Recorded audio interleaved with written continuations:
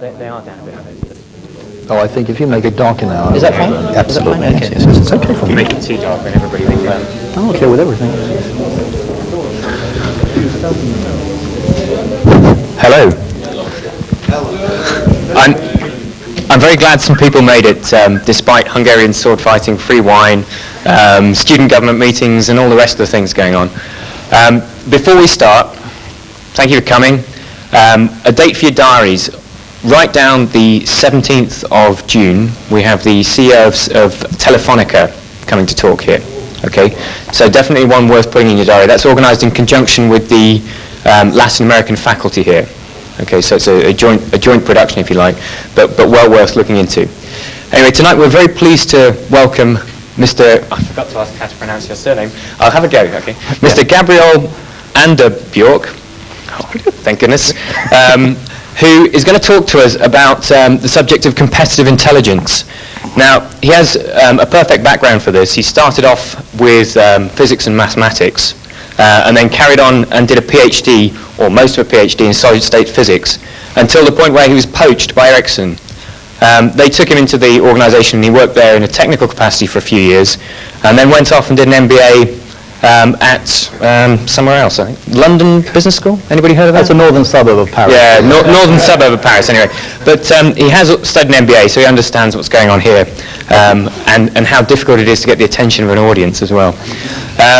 He had a number of roles, as I said, in a technical capacity and a business capacity at Ericsson, but he ended up as the corporate director of competitive intelligence and analysis between 1996 and 98.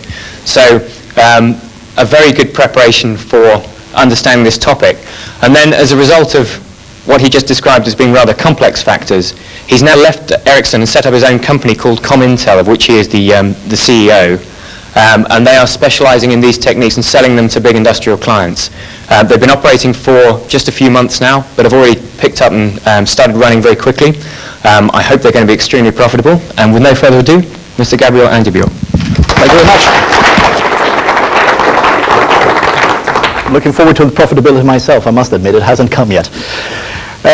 Okay, well, thank you very much for being here. I realize that I'm in deep competition here tonight with wine and sword fighting and everything, so maybe it's still going on when we're done with it. We'll see. It's competitive intelligence. That's a word. Competitive. We need to be competitive. We need to be intelligent. What is it all? Is it legal? Is it illegal? Is it a part of strategy? Is it marketing? I intend to go through some of those issues, but I hope you've read the first sentence here on this slide. I think that basically tells us everything about what we need to target when it comes to intelligence. It's not the strongest. It's not the most intelligent. We're talking about change. The agenda, I'd like to go through three issues here. Forces driving growth in CI today. Why is competitive intelligence taking off? Why are companies looking into it? What certain characters, if you like, should signal to you this is something you need to do? Secondly, current situation for CI and the future. Where is it heading? How will organizations embed competitive intelligence in their operations tomorrow? And thirdly, I'll look back a little bit and reflect on how we did this within Ericsson. But let's start with the first one, forces driving CI today. These are just some sites. Eastman Kodak basically says that unless you have competitive intelligence, it's like running blind. Now, even if that's the case, it's been proven that almost less than 10%, maybe about 10% of the US companies today have these operations in place. And you can compare competitive intelligence with having your binoculars with you when you're running your business. Without having it, you're really not seeing what is going on. Now, where do you need it? If you go into a company that is in a mature industry, and you ask the CEO, do you need competitive intelligence? He will tell you, no, I don't. Why? Well, tell me what I don't know about my industry. It's been looking the same for 2 decades. If I want to buy someone, I know the CEO of that company, I know the marketing director of that company, I've probably worked with the company. I can name the figures out of my head, don't worry, I don't need anyone to tell me anything about what is going on, because this has been looking the same for 10 or 20 years. Now, the further up you go on this scale, the faster things are moving, the closer you get basically to the IT sector, the more you're in need of someone or something in the company that helps you keep track of what is going on outside your window. Because what you learn today is obsolete tomorrow morning if you're in the IT industry. An entire technology shift can take place overnight with a new press release, and your company is going down the tubes unless you're prepared for it. So let's look just quickly before we go into CI, what is it? Where are the industries where you really need to look for some kind of outside knowledge? Primarily, if you're in a company, if you're in a world with oversupply, I'll go through them one by one. Markets with some kind of regulatory change. If you're in the speed of innovation market, or if anyone in here in investment companies, venture capital firms. No one? Yep. Let's start with oversupply. What is happening in the oversupply industries? Car industry is a good example. Wow, can you read this? It's a bit dizzy, okay. You're in a hyper-competition situation. You need to reposition yourself. You need to rebrand yourself versus the market. You need to go through some competitive benchmarking. Who is doing what better? How can I buy? How can I change on the M&A side? I need to get more efficient. Partnership and alliances. I heard here that you had an executive of Daimler Chrysler here recently, right? I'm sure he touched on those topics. The car industry has been absolutely stable for decades. Suddenly it started to change. One of the triggers was the oversupply. There is an oversupply, about 30% capacity in the car industry today, and they keep building manufacturing plants. Who's going to win that game? Speed of innovation. How many in here is in IT and datacom, telecoms? Okay, quite a few. I'm sure you would agree with me when I say what I said. If you wake up one morning, what you knew yesterday could be obsolete. An entire company can just disappear. One very good example of that is Netscape. How much market share did Netscape have before they started going down? Huh? Almost 90% or something. They were valued extremely high at the stock exchange. Now what happened? Microsoft started giving a similar product away for free. That was one strategy change from Microsoft, and the value of Netscape went down by about 50-60%. They were almost about to go out of market had they not been bought up. Technology adaptation. Someone innovates more business. You need to understand the change in society. How are people adapting to this? I do quite a lot of speeches in terms of futuristic technology. About a year ago, I started really saying that very soon you don't need to bother about what you have in your refrigerator back home, because some technology will take care of that and make sure that they send off an order to the local food store. About 2 months ago, Electrolux, the Swedish white goods company, actually introduced a refrigerator with an internet screen on the front door.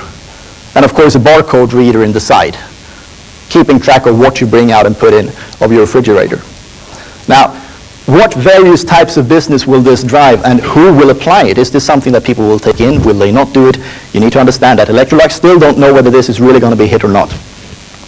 Supplying technology on that side, you need to change your portfolios.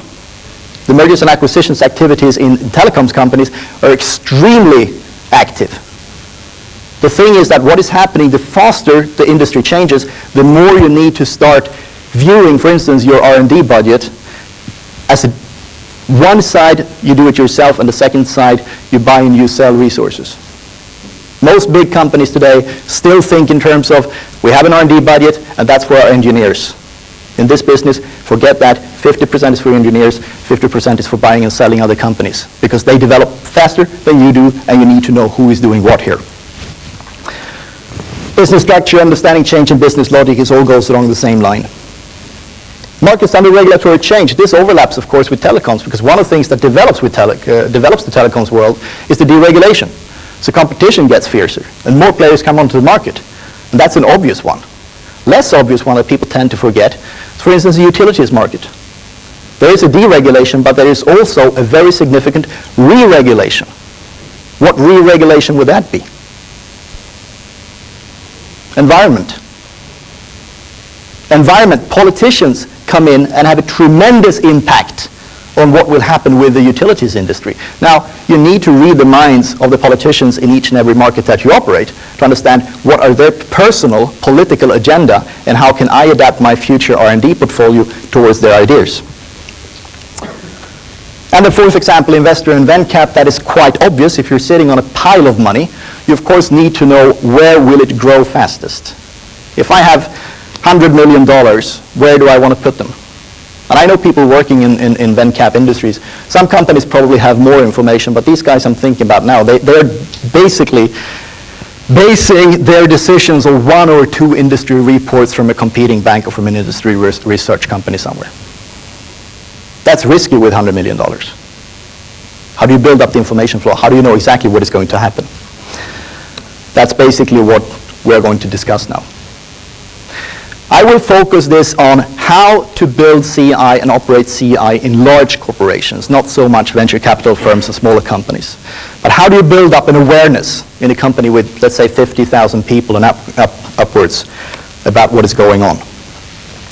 Well, first and foremost, the objective of competitive intelligence. If it's not already obvious, the first sentence should summarize it. It's building your company a sensitivity to the market signals outside. There are a number of ways of comparing this. One is if you look out the window, you want to know what is happening. The second thing is if any one of you are sailing, you're interested in sailing, you wouldn't go out on your sailing boat without a chart and without some kind of navigation equipment. Now the chart could be compared with the company strategy and the knowledge about what's going on, and the navigation equipment with your CI abilities within the company telling you where to go on this chart.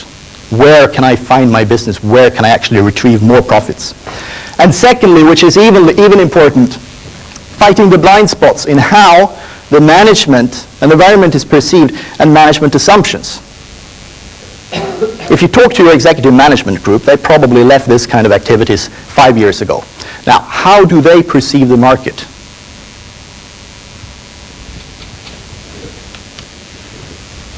This is what you need to build. Of course, you need information. You need information about everything. The problem with information today is that you have 10 times as much information as you could ever digest at every single moment. I saw a comparison once where they said that 100 years ago, the entire amount of information that you were exposed to was similar to one issue of the Financial Times today. That's all the information you accessed about the surrounding world. Today you have 10 Financial Times flooding through your room each day in terms of emails, news, articles, etc. Once you got the information in place, you of course need to work with the human resources. Someone is going to get some sense out of this information flow. What does it mean to you as a company? How can I act on it?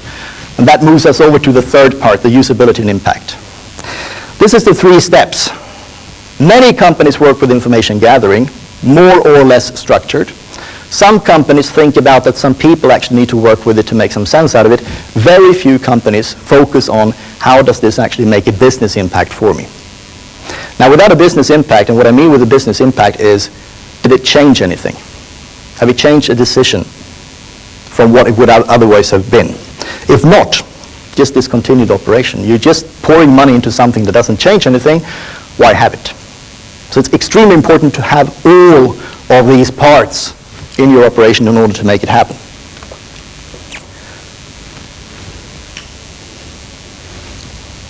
Let's focus a bit on the information management part. The next slide will discuss more in depth. How do I know what we need in terms of information? But unless you know what the company needs, you will collect information that is completely irrelevant, untimely, and probably more disturbing than valuable to the users. You need to coordinate your methodology of getting the information. You subscribe to newspapers, you subscribe to magazines, you call your colleagues, you have discussion forums. You've got thousands of ways of getting the information more or less effectively. Unless you coordinate them, you will have a great problem in actually utilizing them for your business. Planning acquisition of information, you can buy information. There's an entire industry out there doing it for you, and I will come back to that.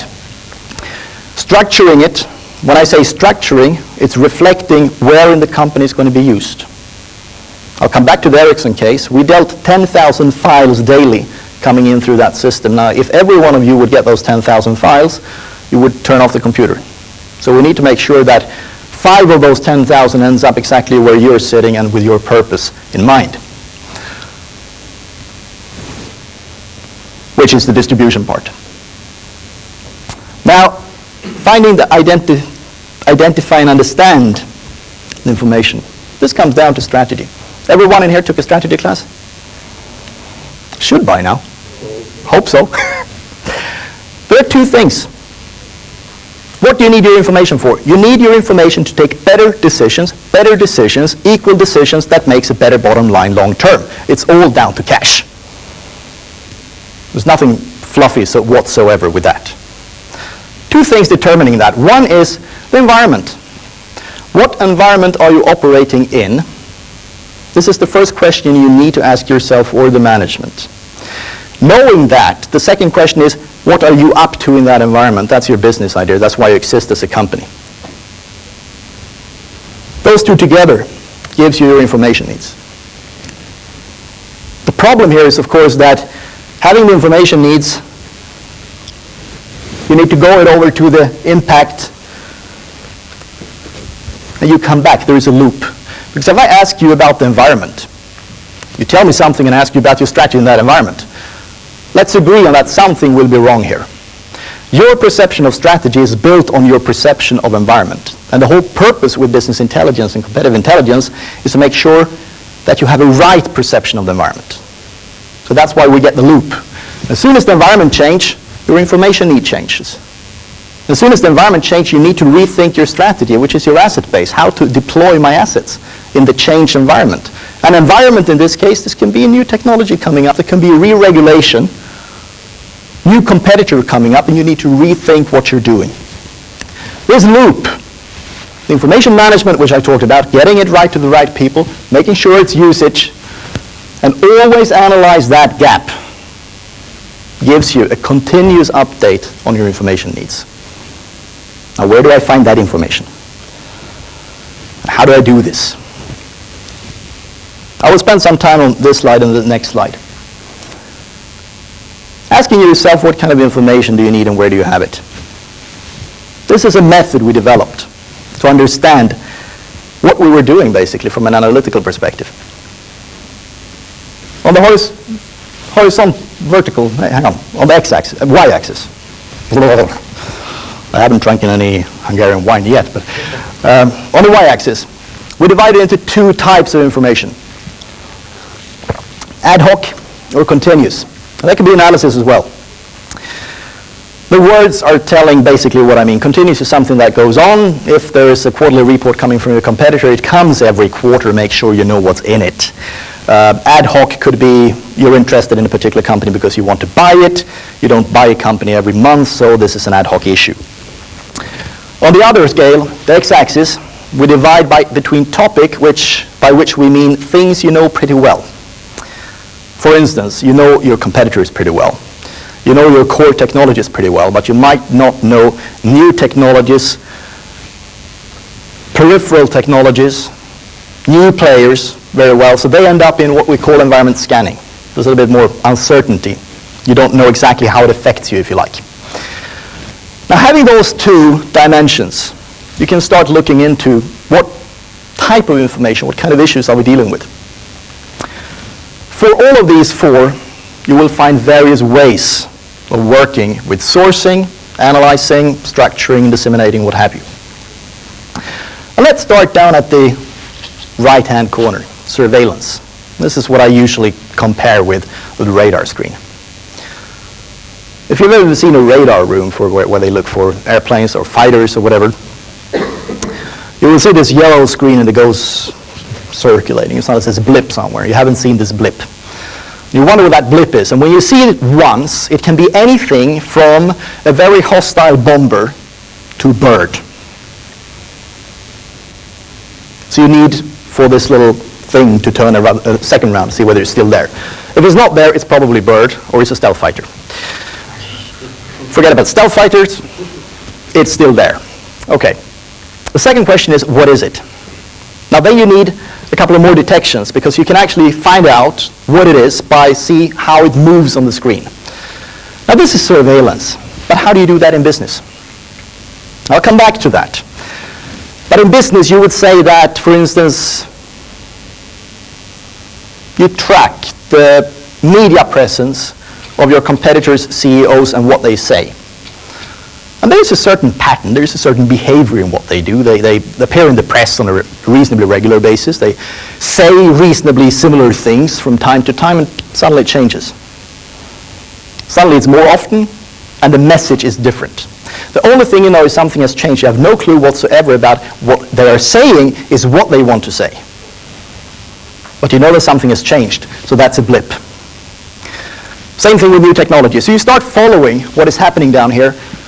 It moves up because you move from the ad hoc dealing to the continuous dealing. You say, I need to follow this more closely.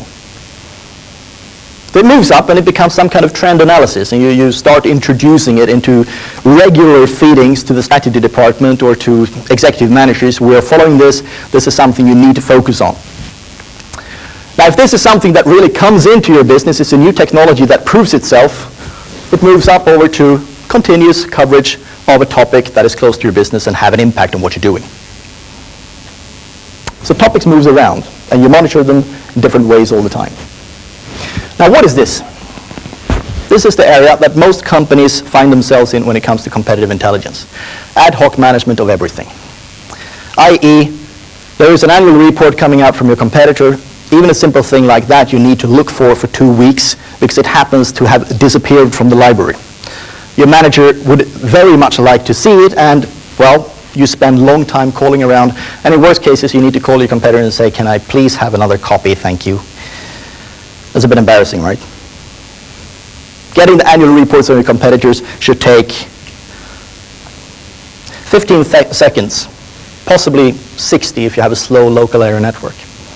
It just has to be there. There are ways to get all these things just pumped in on the second they're published into your system. Companies spend a lot of time having their people searching for information because they don't bother to put in place systems that take care of all the given continuous information that needs to be managed. This is the first major failure in competitive intelligence, because if you're dealing with just trying to find information, that has nothing to do with competitive intelligence. It starts becoming competitive intelligence when you can, based on that, predict what is going to happen tomorrow. That's what managers need to know, not what happened yesterday.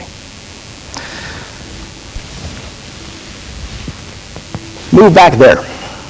How do you predict what happens tomorrow? Well, that is, before your competitors understand that what is happening out there is actually something on the screen. No one has yet designed this screen for me, so tell me now, how do I find a blip? What is that blip, and how do I know it's there? Any idea? What do I need? It's on the screen. The blip equals a discontinuity of the information flow, but how do I know it's a discontinuity? I know what the continuity looks like. So without the upper left-hand corner well put in place in such a way that I can manage it and know exactly what is going on, this will never happen. And it's by monitoring that one, you can be ahead of what your competitors are doing. This is basically summarizing what I've said. If you're starting from scratch in a large company, I can assure you that you will start by moving as much as you can from the ad hoc management part up to continuous management. And you need to do that in the structure that this particular company needs, given what we said about strategy environment. Having done that, you will be able to set your radar parameters. What are the things that I need to monitor here? And then information and topics will start to move around in this, and you will come to grips with what is happening in my industry and what is happening with my company in this industry. Let's go down to some kind of practical view on this. This was very theoretical, right? How do you do it? Decisions on the right-hand side. information on the left-hand side. Building CI in companies. That's for many years been executives go out and say, please send us emails and tell us what is going on. Okay? Would you do that? Your CEO calls and tell me what is going on? Of course. Being seen by the CEO. Wonderful. And you start sending information. How long does that go on? But definitely fades. And we're down to 0 again. Someone have an idea about how long time that took? Just give me a guess.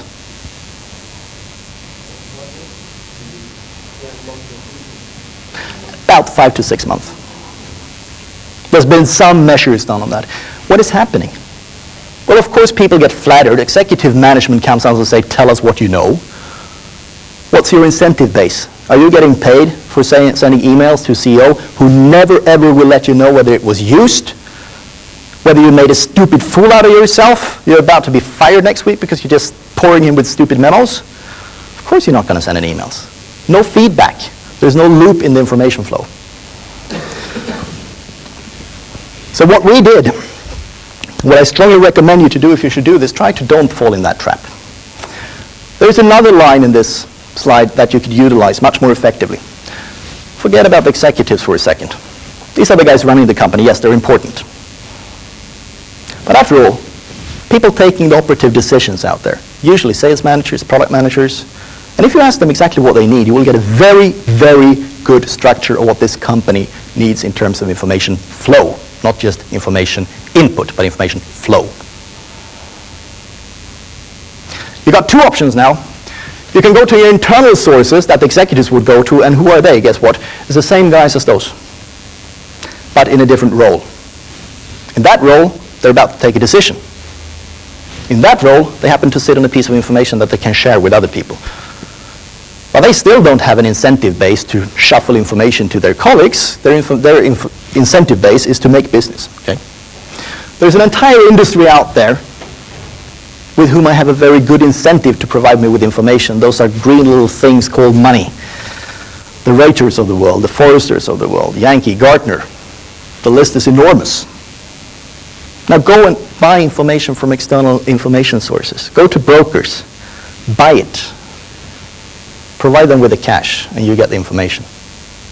Now what you do here is not just outsource a tremendous amount of work that shouldn't be done within your company unless you're a publishing house, because there are people specializing in it. You also start feeding a flow of information between information providers, be it external in this case, and information users, internal people. But what you've done here is also, because you talk to the guys who are going to use it, they gave you a structure. That's the way they think about information. So of course, when they provide information, they do that in the same structure.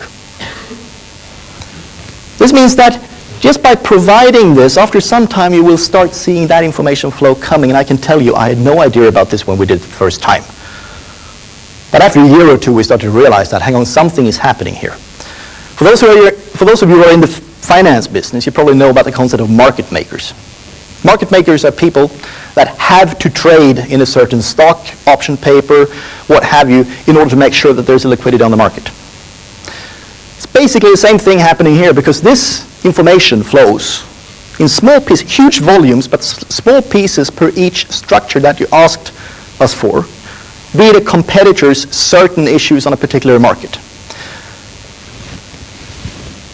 There's information in the system. What you do now is not by providing your insight. You're not entirely alone out there. You just add on to something to the major flow. That becomes a carrier wave. Human beings are extremely cautious of being alone, providing their opinion alone. You're at risk. You're kind of opening yourself to the outside world. Someone out there might shoot me. Someone out there might say, you're absolutely nuts. You're wrong. No one wants that. But if you're one in many, be it external people, you're not alone. And you can be more of a discussion individual in this world. Of course, we shall provide executives with some information, and this one comes automatic after this. The difference is, rather than starting with providing the executives with internal information that will die after 6 months, this will take you about 2 years. Takes time to build, because what we're doing here is by utilizing external information as some kind of flow in the company, you start changing the culture and how to deal with information.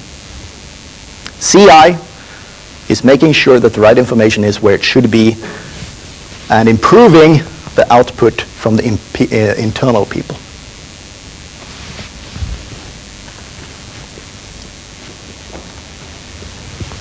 Usability. Is news usable? Do I need to steal my information? Do I have to have agents? Do I have to be a criminal? Not even in the military. Not even in the military would you have more than a fraction, a tiny fraction of all information that is useful for intelligence that is collected in obscure ways, if you put it that way. The same goes here. 70% of all you need is publicly available. Just go out and get it. Most people don't because they don't know how to structure it. It's a huge task. You need to structure it so it makes sense to your company, but it's available. And you can pay for it. Don't do it yourself. It's a waste of resource. Second layer, human source intelligence. Call your pals and ask them what they know. You're in a huge company, remember. We said we're a big company, 10, 50,000 people and up. Your company knows what is going on if you're a good company. There's no doubt about that. Just make sure that your human network is in place you know how to call. 10%. Analyzed intelligence. This is where you want your executives to take the decisions.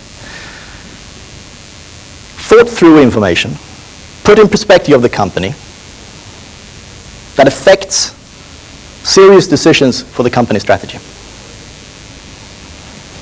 Let's look at the other pyramid here. Those types of information, if you like, kind of reflected in various ways of delivering the information. Again, the open platform, just deliver it. Don't mess with it. Make sure it's sorted and structured, deliver it.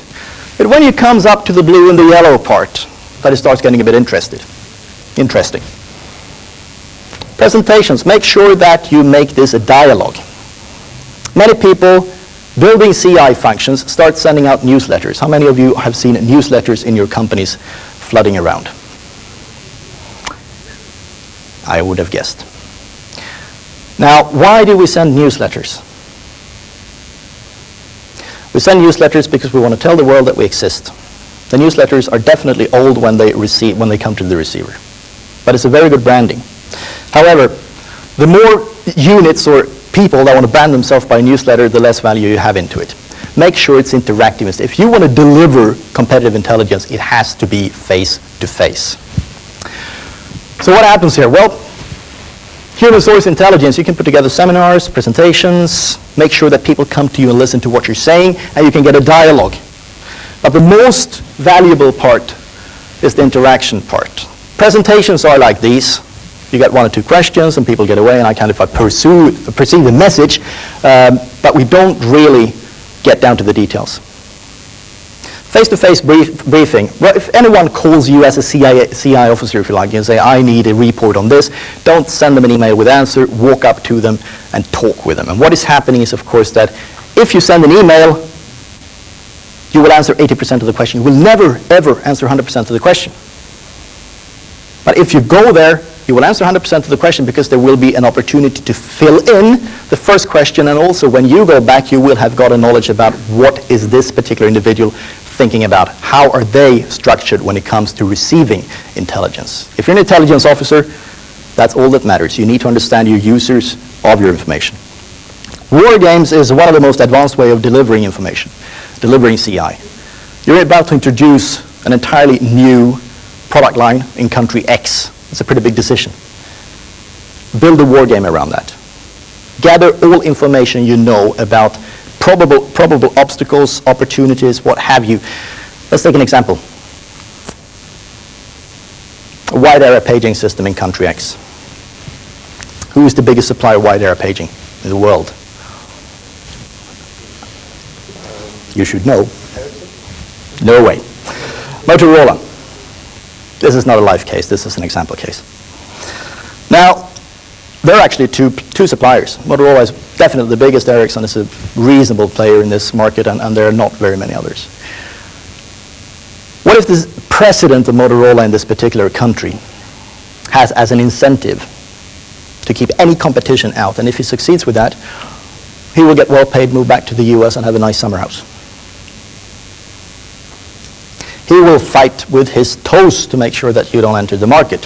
So we have to map out who are against us. Is it a competitor's red button, as you would call it, or are they indifferent? They're of course never indifferent, but how? How threatened are they? The second is, do we have friends anywhere? The Minister of Communication. Do they want competition? That's a friend. Map out the individuals that affect the game. Study them.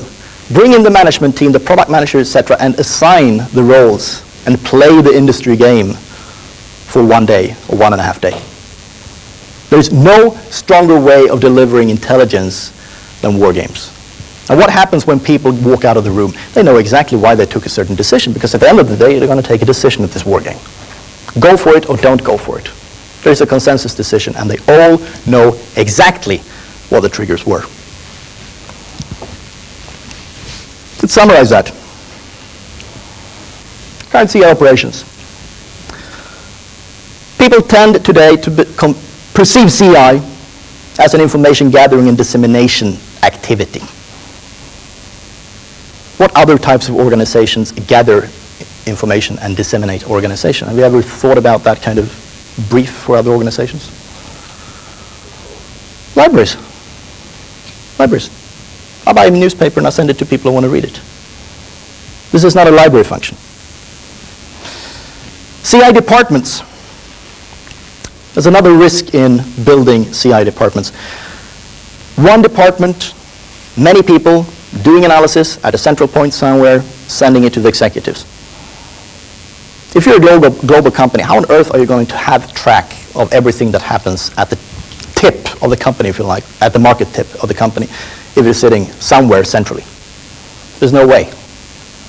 Speed is absolutely essential in making sure that the information you capture has something to do with your business. That's what I said. You always need to know what's going to happen tomorrow. What happened yesterday is completely irrelevant.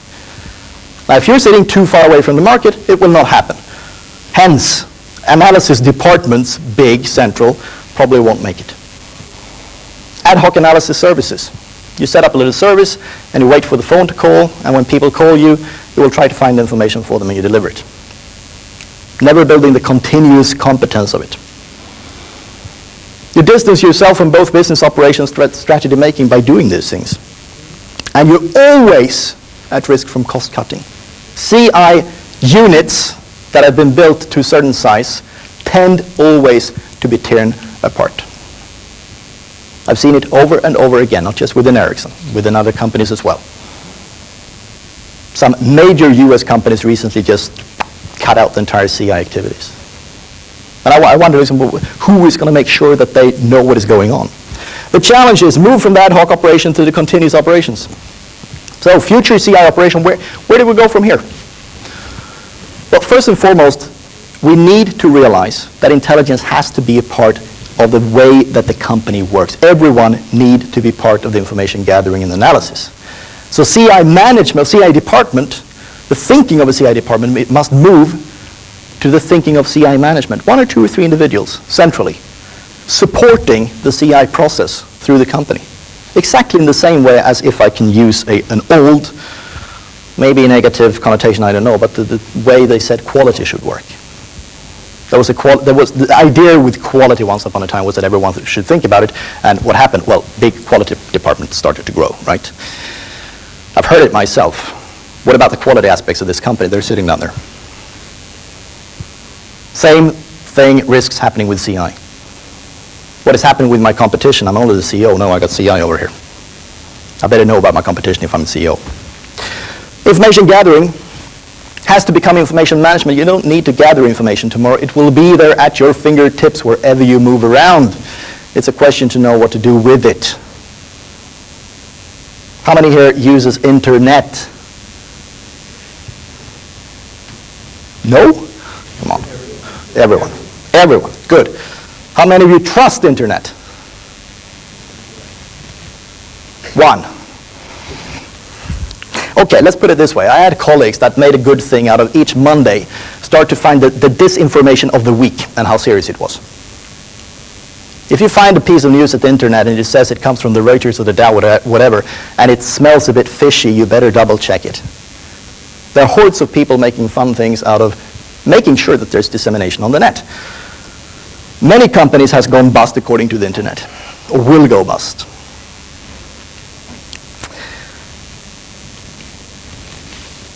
If you're the CI officer, your role will have to change completely. And this is very, very tricky, because what you've seen so far when it comes to CI, quality, what have you, is that a part of the line organization, if you like. You have a unit, you have some direct reports, you might have a project organization, but it's something that, according to, if you like, traditional management methodologies, fits in companies as of today. It won't tomorrow.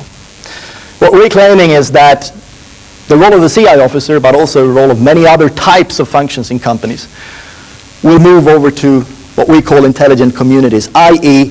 groups of people within a large company that does the same thing, but they report to different people, they have different organizational belongings, but they have the same, if you like, peer task or knowledge or competence or what have you. Now, you're supposed to manage this without any kind of mandate, other than, you're told that you're supposed to be the CI officer. You can't affect the incentive system, and if you can, I can just congratulate you, but that company doesn't exist yet. No direct reports. How do you do it? Well, that's the challenge. If you succeed in going through the process we talked about here, in structuring and making sure that whatever flows through this intelligent community, it will actually provide value to the participants of the community, which means that they will work within it without having you as any kind of mandated direct reporting manager. Again, this takes an enormous amount of time. But you need to build on it, and you need to make sure that whatever they produce, they will be parts of other communities as well. So one individual, part of many communities. But you must make sure that your community, part of this individual, brings value to the other communities this particular individual works with. And you can only do that by setting the support system, if you like, and the support methodologies for this community on an absolutely supreme level. Now, let's look at what we did at Ericsson. Just a few summarizing slides.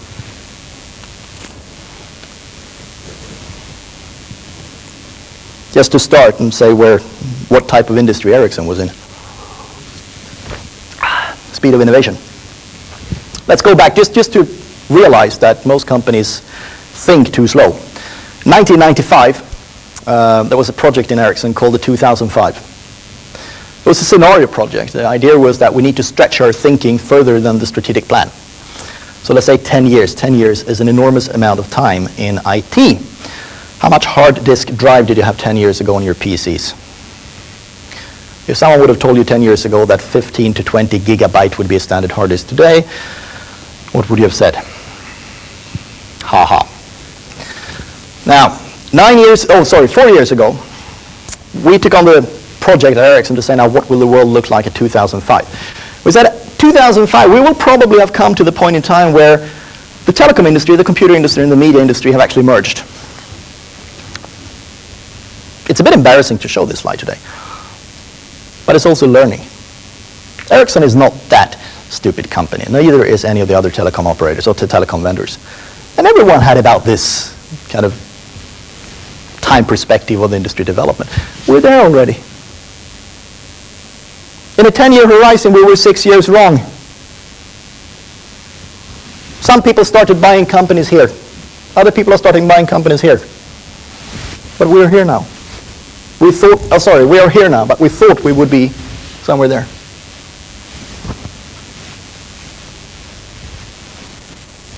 It's a pretty big company, about 100,000 employees, 184 billion, 23 billion US dollars, 130 countries, and about 40% market share in mobile telecom systems. So, company should have known. Now, from a CI perspective, what did we do? How does this develop? Now, what I told you now is, of course, a very structured way of seeing it. You should start with this and this and that. I'm not even going to try to make you believe that that is what we did. We started in 1995. I was, at that point, heading a pretty small industry analysis unit for the GSM division within Ericsson. And me and one of my colleagues realized that our CI, it didn't exist, so we needed to do something. Well, daytime, we tried to hold some kind of image of being managers of industry analysis. Very nice. Evening time, we hacked HTML codes. We stayed behind, 6 o'clock, jackets off, start programming. Microsoft front page, forget it. There was no such thing as an HTML editor, so we were having raw HTML code to see, is there any way where we can actually start managing the information flow by meta tagging, raw coding on the intranet. So it's skunk work, as you would call it. Late 95, we started getting this electronic publishing house, if you like, actually working. We found ways of working with it. I was at the conference in Geneva, Telecom 95, for those of you who know the telecom conferences, or trade shows. And I went around to a large number of content providers. And I said, from mid-96 and onwards, we are not going to buy a single piece of paper from you guys. And those of you who pursue in delivering paper, I'll just discontinue the contracts. I said, you must be joking. We're not that close yet. Well, start developing. And we've sent them specifications on how we wanted information coming in to fit our HTML codes. And it worked. So having tried that for some time, a couple of other business units, because I was at a business unit at that time, came to us and said, listen, why don't we do this together? Because it seems like we can have some kind of economies of scale, if you like. Save some money in doing the same thing. Mid-96, we were asked whether we would like to take on the corporate role for this and make sure that we developed it for all of Ericsson. And we did. And we built this global virtual network of people around this information flow. We ended up having about 130 people in this network globally, working as analysts on top of this information flow that was built from 95 and onwards. The structure of the work was extremely simple, and it needs to be simple. If you make it complicated, it will never work. It needs to be simple. We built it around something we called Ericsson Business Intelligence Network. That was a human network, the guys working with it. Okay, you call 130 people and you set up a network, right? Simple as that. Chinese, Brazilian, English, French, German, Swedish, there's a language barrier. There are cultural barriers. There are management barriers, because management at this time had no clue what I was up to. So I said, I'm not going to put guys in this network. It will take time. Well, I said, we'll provide you with value. And I had a very hard time convincing some of the local company directors that I actually would. Well, we built the network and we started providing value, and we had the IT network with information flow in place. One thing that we needed to do, and this was probably the hardest thing to get in, we needed to introduce training. I'm not talking about just an hour's training here. We needed to get people through significant amount of training. Why? Well, if we are going to run a virtual network, and when I say virtual network, I mean virtual network, I need to do an analysis. In a school like this, you gather 5 people in a room and you sit down and you talk, you do an analysis.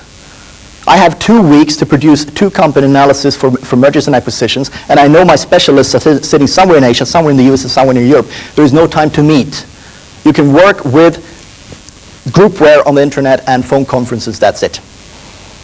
Now, unless these people are prepared so they know how to do it, there is no way that you will get through during 2 weeks. People will still ask, what are we supposed to do? How are we supposed to do it? What analytical methods are we supposed to do? Etc., etc. So we put people through 2 times 6 days of analytical training of the type you're doing here. It's just a little bit faster. And it's not a question of bringing you an MBA in 12 days, but it's a question of bringing you a common way of thinking, whether you use the Portify forces or you use the most fabulously trendy last analytical models that is existing, it's completely irrelevant. The important part is that you're using the same way of communicating. So you put people through training. We put managers through training. We had CI as a part of the executive curriculum within Ericsson in order to make them receptive of what came out of the analytical troops. These 3 things together built the communication platform. that we needed to go through. I know that there's an interest for information gathering, and this is how we did it with an Ericsson. You can basically, this is the structure. The most important part of all is to make sure that the information that is flooding is a mixture between external and internal, and you don't need to go for one source to get your internal and another source to get the external, or 10 sources to get the various types of external. So we poured them all into one data warehouse. We ended up with 17,000 users on the net, by the way. That's probably one of the world's largest, if not the world's largest CI system ever built. Of the analysts, we had a particular site, we had a particular toolbox for the analysts, about 100 people working with that, and we had a special executive service set up in order to eventually reach the guys that takes the decision. So analysis doing the analysis, flooding over to the executive service, and you got the dialogue between the analysts and the executives. Again, everything based on common information intake through the system.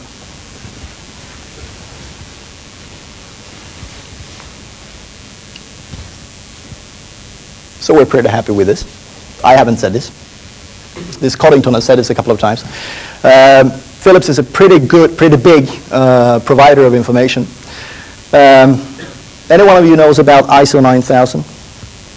Have you been through those things? Okay. You know how they work? This was actually somewhat of a shock. The way they work is that they come into a company and they look through your manuals. And they look for structures. And if they find a structure, they want to have it proven. If you ever think that they only go through their own manuals, forget that. If they find a manual, for instance, within the company that says this is the way we work, they will see whether you work like that. And we had a manual for how to work with CI, and they found that one. Bottom line is, this is probably this only, as far as I know, ISO 9000 certified CI process so far in the world, but they liked it, fortunately. And this is a site from Benjamin Gilad. This was done in 3 years, 95 to 98. As I said, it started completely as skunk work. The idea was to streamline information to the business needs of the company, and it ended up being a corporate resource for 17,000 people.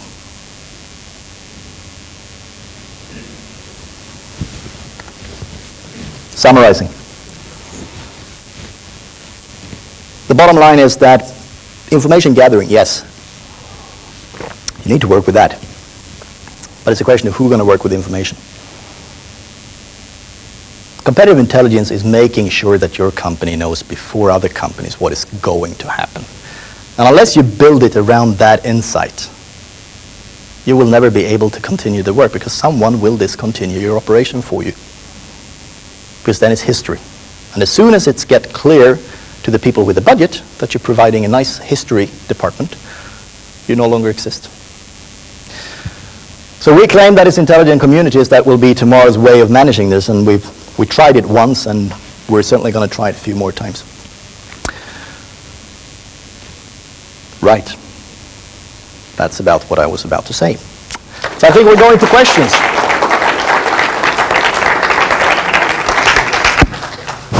I think we've got some. There we go. I've had a haircut since I last went climbing, by the way. So, Oh, it was you up there. I didn't know that. yeah. Questions, anyway? Yeah, gain some weight too. Thanks. Come on. Let's use these. Okay. Thanks. Question about the Ericsson experience. Did you ever had to deal at some point with the confidentiality issue? Because having 17,000 users is pretty big, so... Yes. What happens, and this is quite interesting, if you look at the way people see confidentiality when they come into companies that hasn't gone through anything like this, many things are dubbed confidential. And I saw bought reports, public reports, that was stamped confidential for a reason I have no idea, probably because it's fancy to have it stamped confidential, right? What happens is that you're not allowed to publish confidential information if you're on an intranet of this size, obviously. But people want, after some time, to have things published. So they start thinking through, is this really confidential? Now, what is confidential? Confidential material is material that can severely hurt your business. And those things that can severely hurt your business is in 9 cases out of 10 to reveal the fact that you don't know a certain thing, not the fact that you know a certain thing. If you happen to reveal that I know this particular thing, it's usually not that dangerous. But if you reveal some kind of lack or blind spot in your knowledge, that's dangerous. So people start increasing the level of what is confidential. So more and more comes onto the network. How do you deal with it? Well, when you actually come to confidentiality, you just say, there is information about this, and you have to go to this source phone call. But it has a very interesting effect on what people perceive as confidential. I was wondering if there is a way to measure the impact of these efforts on the company bottom line? When I was planning this presentation, I cut out about 15 slides on that topic that basically proves no. But let me expand a little about this. When it comes to CI is a support process, as many other support processes. And there are two reasons why it's so far impossible to measure direct impact on the bottom line. One is that the accounting systems does not support that kind of measurement. And the second is that there are so many subjective steps in coming to the measure. Let me take an example. You're about to sign a contract. You're about to get into a business deal. And the gross margin on this deal is X amount of money. Let's say that the situation is that you would not have got that deal without my information. That means that CI in this particular case is exactly equal to the gross margin of the deal, right? Now, whose bonus is on the line here? Your or mine? You're the sales manager. You will never sign a paper saying I had no clue about this and I would never have got this deal without this guy. And I would need that signature to be able to measure it. So that's why, and that goes for all types of support processes. But we've been looking quite into other types of measurement in the success. But bottom line, no. Your approach to the continuous flow looks very good for monitoring competitors. But in the industries you mentioned where the need is higher for this kind of activity, yes. Information technology, high tech, right. There's a strong threat of new entrants, yes. Especially internet-related business, media and stuff. How do you approach this problem of new entrants coming from like Silicon Valley or somewhere? That's what I call coffee shop intelligence. If you're in the Silicon Valley, there's the absolutely best source of intelligence in the world is the backside of all the napkins you have in the coffee shops around the Stanford area. There's no doubt. If you could collect all those and you build them into a library and you sort them, wonderful. You have the best research library in the world. It is tricky, no doubt. You have, I mean, a little bit more serious seeing it. You have sources like the red herring. You have local research companies. But the bottom line is if you really need to monitor development of startups in a region like Silicon Valley, you need to have people there. There's the only way. And you can have that in various ways. You can outsource that as well. But if I was running that, let's say, for a company, I would put 1 or 2 or 3 individuals there with that task. Because companies like that never make it into, for instance, the bank reports because they're not listed. Mm-hmm. The number of sources that you would typically use where they never would make their way into. But don't forget the coffee shops, it's wonderful. I would guess that the best information that could be gained from competitors would probably come from salesmen that are interacting with customers every day, because they know exactly what the competitors are doing in terms of their product, et cetera, et cetera. How do you take that information from the dispersed sales force and incentivize them actually to share with everybody back in headquarters? That varies. I agree entirely. Now, this is what we're talking about, the internal information, right? That really should be the decision base for what you're doing. Before I answer that, let's take just another example of an extremely interesting group as an information source. Training individuals. If you sell a telecom system, I'm just thinking telecoms now, but I'm sure that goes for other industries as well. If you sell a telecom system, you will also train the engineers of the operator. So you send people to train them. Now, what happens in those training sessions? As a teacher, you say, this is what our system can do. I can guarantee you that the question will be, oh, that's nice. Motorola system cannot do that. Or, why can't this system do what Nokia is doing? Now, how do you capture that information? I mean, that's extremely valuable information back to the R&D. Incentivizing people, yes. Again, the only way, as far as I can see it, to incentivize people is to make sure that if they connect into this network, I've done this with sales. For some reason, I never really captured the training part, I must admit that. They get enough back from the network so they can do better business. I've heard a number of companies that have been trying with various type of financial incentives that if you provide information in here, we'll pay you something for it. Well, then you start getting lots of information that's supposed to give you some money, but what value will it provide? Heard another example where they said, we'll give you some bonus based on how many people that download the piece of information that you put on the network. Anyone here been in academic research? Have you ever read the academic research papers? How many pages of references? Now, I personally have been cited in an article in Physics Review Letters. That's the most prestigious paper in physics. Why? Because my supervisor happened to be a pretty prominent researcher at that time, and I was part of that paper. And on the other hand, if I'm in that paper, I'll probably scratch this guy's back some month later, right? So you scratch my back, I scratch yours. I download, you download, and we make money together, okay? Now, any kind of incentive system will develop its backside, there's no doubt. And I mean, we had thoughts about that. I never introduced any of those. I really tried to believe in the only way you can make people work with this is to provide more value out of being part of a network than you have to put into it. I've seen it at work. But it takes time. The thing is that there's no shortcut in doing this. This is a culture change. You integrate within your operations competitive intelligence, the other side of it, which is data through maintenance within the company to prevent. Oh, you mean with our company? Or you mean with our company now? Or yes. We, in general and within the company. Okay, in the company's general. Depends on what you mean with data security. You can work with encryption of various types. The problem with encryption is that there are legal barriers to what kind of encryption you can use. And if you want to be legal, you can almost forget about the encryption anyway because it's such a bad encryption that is legal. No? I want to touch on something individual. Okay. Corporation.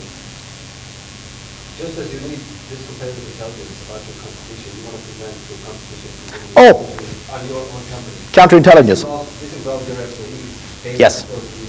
Yes. Yes. No, I never touched that, personally. You have two sides of this coin, and the problem is that if you're on both of them, sometimes it's a bit hard to manage it. We had a security department with which we had a dialogue if we felt that something was wrong. But I don't think you should, as a CI manager, also be the counterintelligence manager. It's not a very good mix. But it needs to be there, of course, absolutely.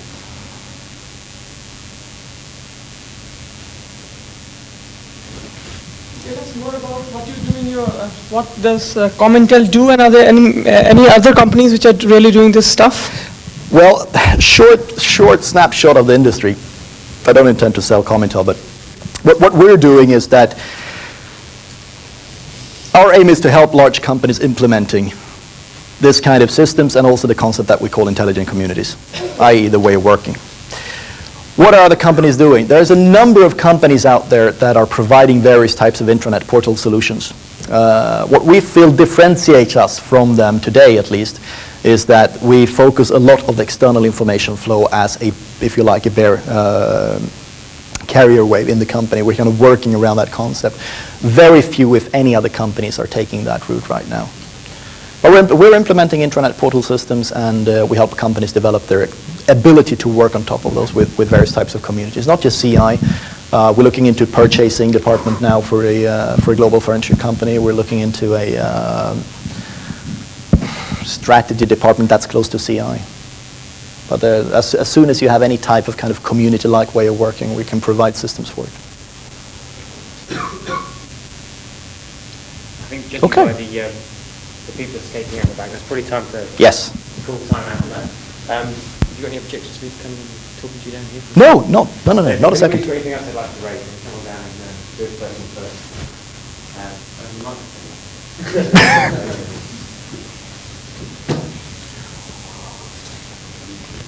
And I'd just like to forget that. Yeah. I'd just like to say thank you one more time. Well, thank you very much. It's a pleasure. Yeah. Thank you. Oh, thank you.